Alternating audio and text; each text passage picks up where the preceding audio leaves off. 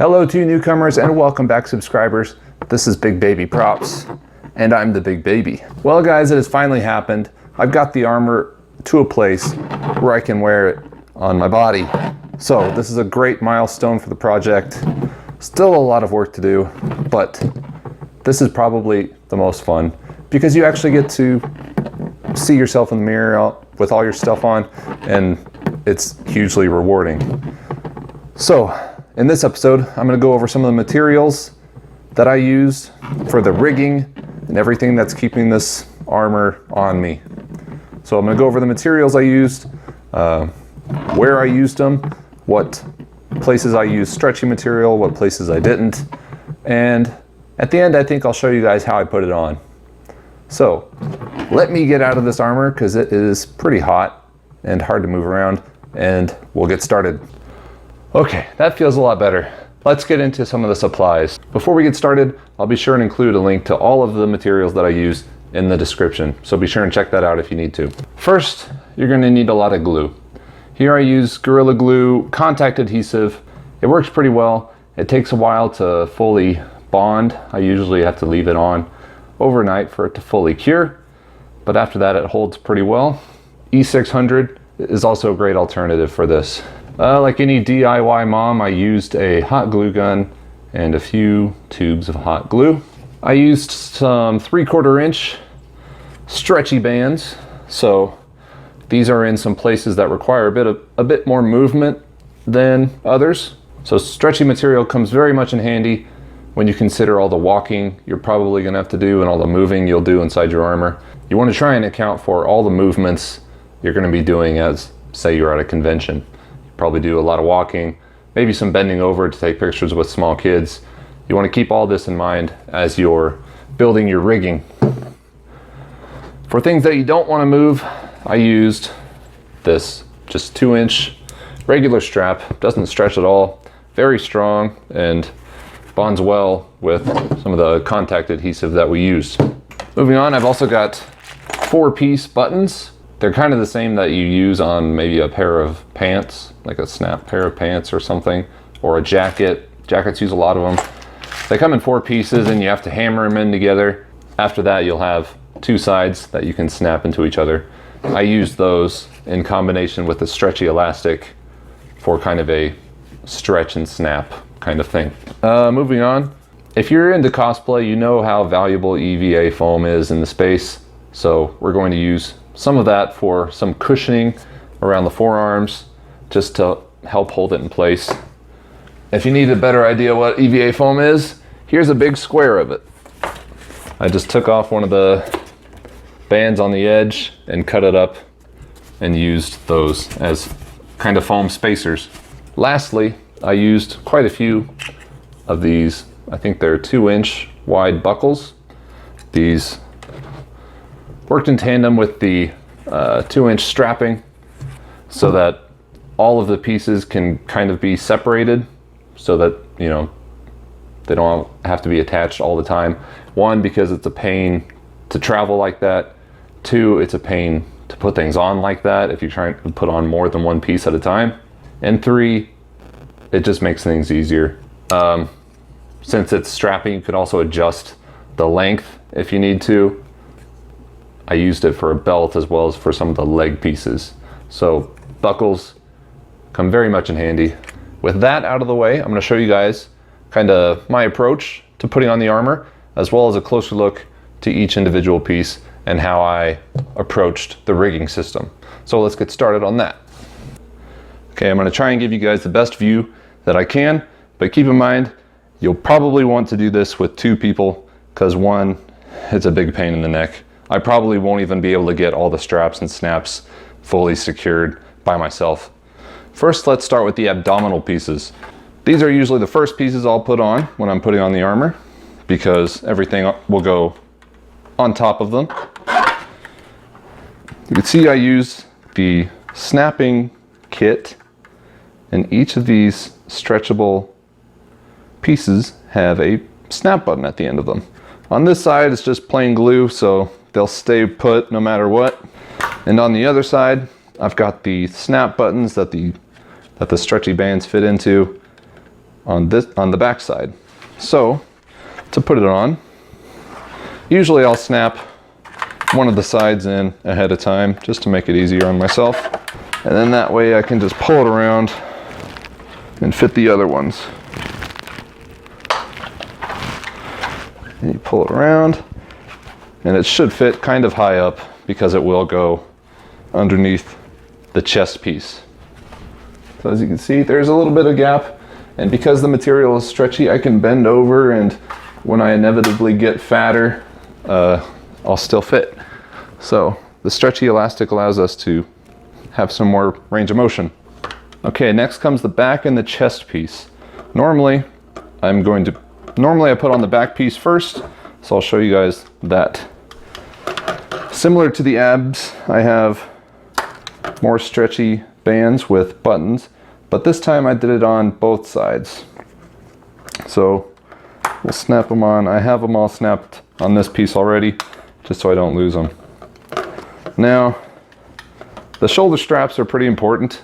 They're going to be holding a lot of the weight, and you want these to be as secure as possible. I realized that I had a little bit of, like it was coming undone a little bit, so I just added some glue and some clamps before I started filming.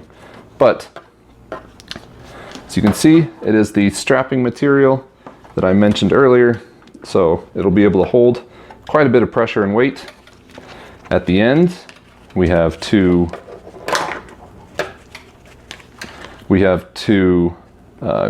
buckles.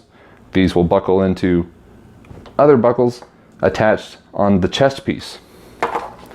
And you can see off to the side here, we've got another pair of buckles. These are going to hold the shoulder pads as well as the biceps, because we want to keep those as high up as possible. They'll naturally want to fall down, which we don't want. So to put this on, I will just rest it over my shoulders and around the back. And the strapping on top usually holds it in place while I prepare the chest piece. And as you see, here are the two other sides of the buckles that our straps here are going to sort of plug into. We've also got snap buttons on either side here. These are kind of hard to fit in by myself, so I might just let them be free for now. But to put on the chest piece, I just snap in one side, and then the other is a piece of cake. You can see the chest should fit above the abs pretty well and pretty nicely. There will be a gap in the side just like the abs, so that's why I have the stretchy band on there as well, because the armor will need to flex and move as I move. Sorry about that, I needed to move my microphone onto the chest piece so that it's not underneath. Okay, next, let's see. Next, let's get ready for some of the belts. So this is going to be the belt that goes around my waist. It has a clip at the end, so I can adjust it if I need to. It has also got two dangling clips. These are kind of free moving. They can slide along if I need to, just again to help with range of motion. And at the end of each of them, there are more buckles. These are going to snap into the thighs because those thigh pieces are pretty heavy and they're going to need a lot of support. So let's just put this belt on, and we'll keep our two straps up in the front here. So let's grab our thigh pieces, and as you can see, at the top on the inside, I've got the buckle that the dangling one connects to, and as well, I've got one towards the knee that will hold up the shin piece. So I just got to slide this one in, hoist it up, and I will connect it to that buckle at the top. Okay, great.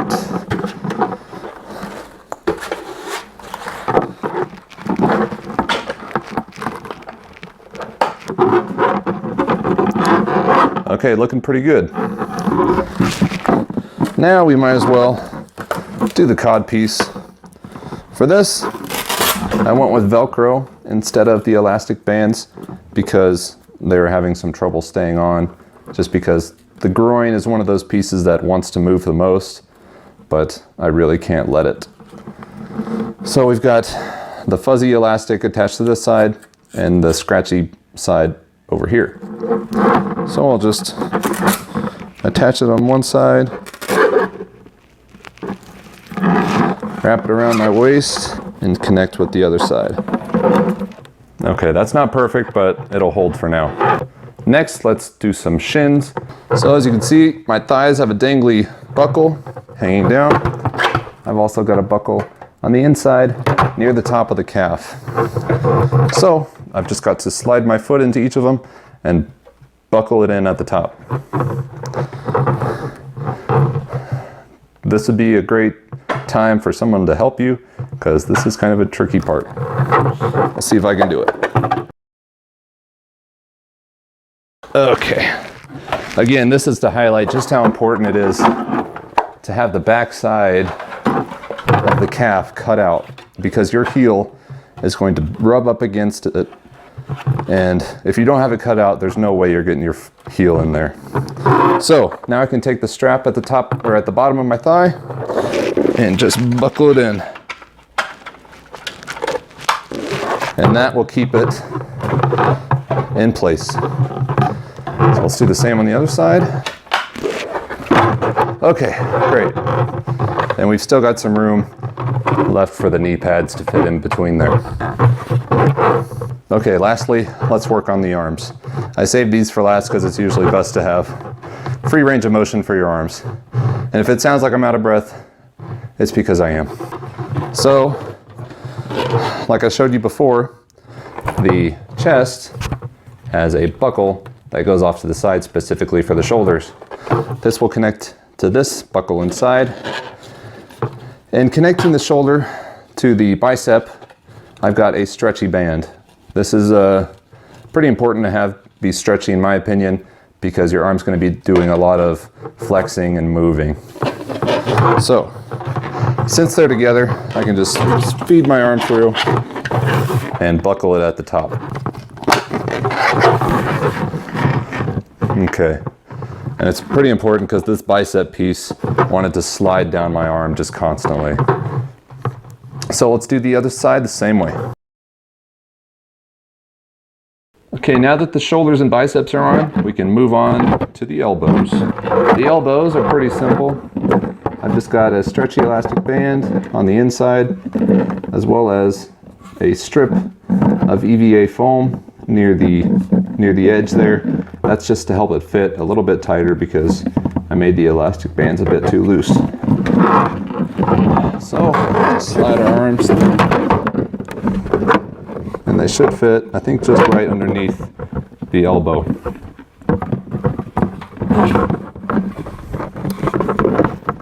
Okay, perfect. Lastly for this video, I figured I'd do the gauntlets. I do have the pauldron off to the side here, but I'm still figuring out a way how to attach this. Since it needs to sit on my shoulder like this, it needs to be a bit more free moving than the rest of the pieces if I want to be able to raise my arm at all. So the forearms, I've got tabs of that EVA edge. I just cut them off and glued them onto the inside. This is to provide a bit more tighter fitting. If it's too loose, it's just going to bang around your arm. So I added a bit of padding to make the fit a little bit tighter. So we can just slide our arms in, and it's easy as that. So there we go, guys. Okay, that is a whole process, guys. I need a drink of water. But I hope you guys enjoyed the video. I hope you learned something for your own projects. I hope this maybe gave you some inspiration to take on a project like this.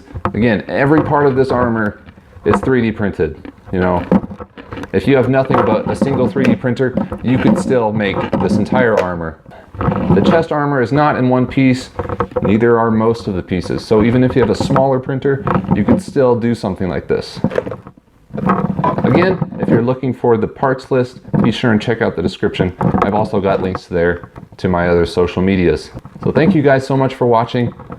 In the next episode, I will probably start sanding and smoothing. So if you've heard, that lovely noise is plastic ridges. That's just part of the 3D printing process. You're gonna have ridges since it's done line by line by line. So in our next episode, we're gonna start smoothing those out a little and making the armor nice and ready for paint. So exciting stuff. Be sure and subscribe to see more videos in the future. Thanks for watching, guys.